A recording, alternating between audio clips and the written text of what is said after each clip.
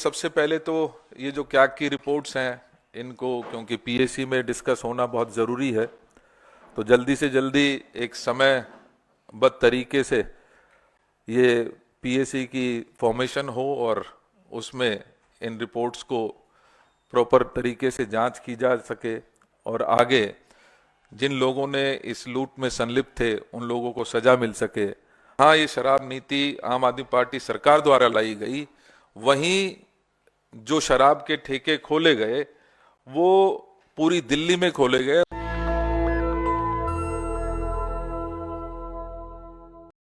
नमस्कार साथियों,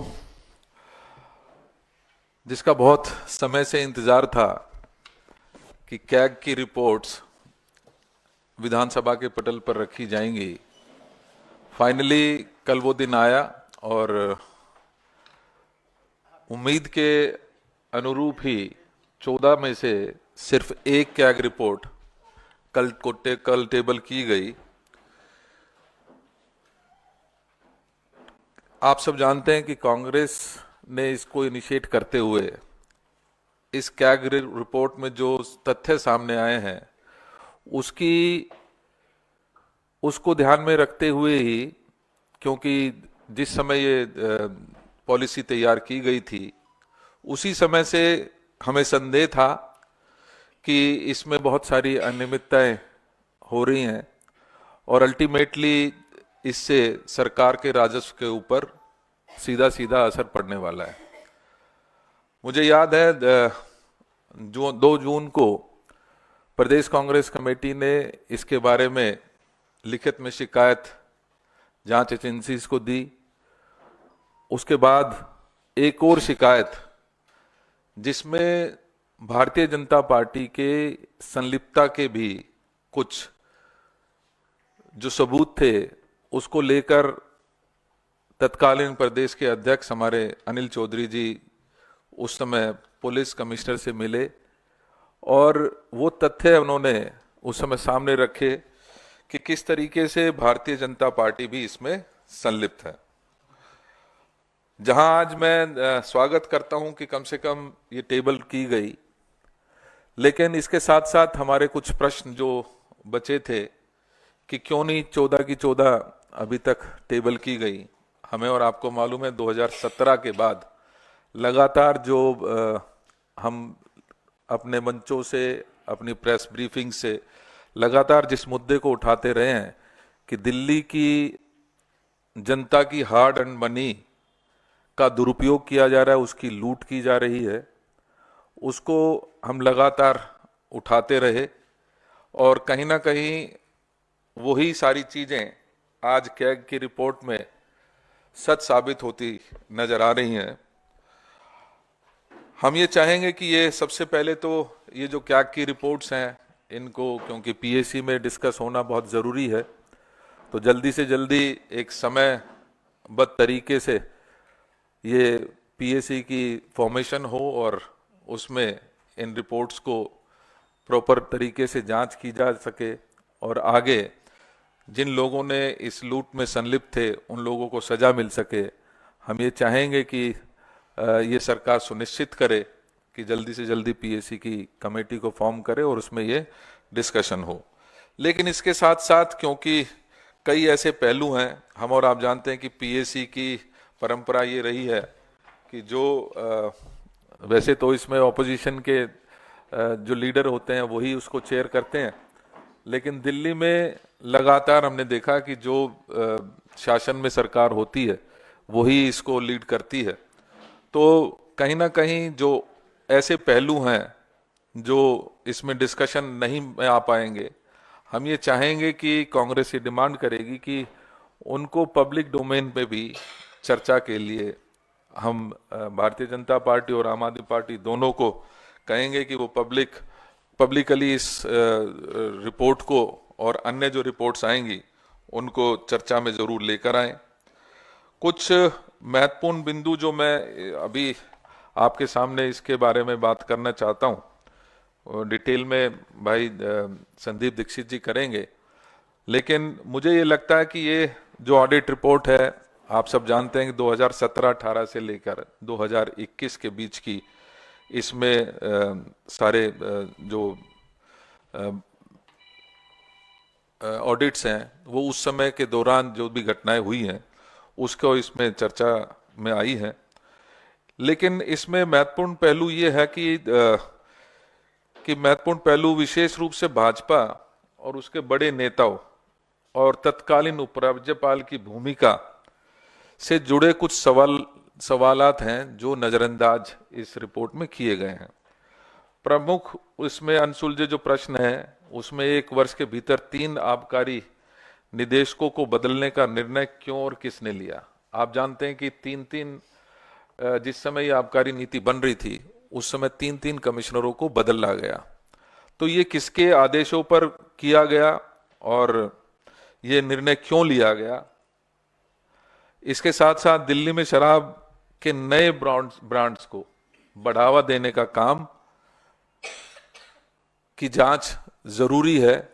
आप जानते हैं कि बहुत सारे ऐसे नए ब्रांड्स इस दौरान इन्होंने इंट्रोड्यूस किए जिसकी जांच बहुत जरूरी है। इसके साथ साथ केजरीवाल सरकार की लाई गई शराब नीति को लागू करने की अनुमति तत्कालीन उपराज्यपाल ने दी थी, फिर इस पर कोई जांच आज तक क्यों नहीं हुई है। मास्टर प्लान का उल्लंघन कर शराब के ठेके खोलने के लाइसेंस कैसे दिए गए, इस पर विस्तृत जांच करने की जरूरत है। हम और आप जानते हैं कि जहां ये शराब नीति आम आदमी पार्टी सरकार द्वारा लाई गई, वहीं जो शराब के ठेके खोले गए वो पूरी दिल्ली में खोले गए और उसमें कुछ ऐसे स्थान भी थे जो उसको क्या कहेंगे, नॉन कन्फर्मिंग एरियाज जो थे उसमें भी ये शराब के ठेके खोले गए। ये किसकी अनुमति से खोले गए, किसने इसकी इजाजत दी। हम और आप जानते हैं कि कॉरपोरेशन की इजाजत के बिना ये शराब के ठेके नहीं खोले जा सकते थे और तत्कालीन भारतीय जनता पार्टी का राज उस समय कॉरपोरेशन में होता था। लेकिन भारतीय जनता पार्टी ने ना सिर्फ इनको खोलने की इजाजत दी बल्कि उनको नॉन कन्फर्मिंग एरियाज में भी खोलने की इजाजत उस समय के जो कॉरपोरेशन में सरकार होती थी उसमें इसको इजाजत दी गई थी। तो ये एक बहुत महत्वपूर्ण जांच का विषय है जिसको पूरी तरीके से जांच की जानी चाहिए।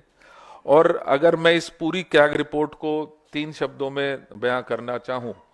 तो मुझे लगता है कि ये 3 चीजें इसमें लूट, झूठ और फूट। जब मैं बात कर रहा हूं कि लूट, किस तरीके से लूट मचाई गई दिल्ली के हार्ड एंड मनी की और किस तरीके से वेस्टेज किया गया, जो दिल्ली की जनता के से उगाए गए टैक्स के रूप में जो मनी थी उसको किस तरीके से लुटाया गया, वो हमारा और आपके सबके सामने है। उसमें सीधा सीधा कैग की रिपोर्ट में सामने आया कि 2002 करोड़ रुपए की इसमें अनियमितता पाई गई है। अगर यही 2002 करोड़ रुपए दिल्ली के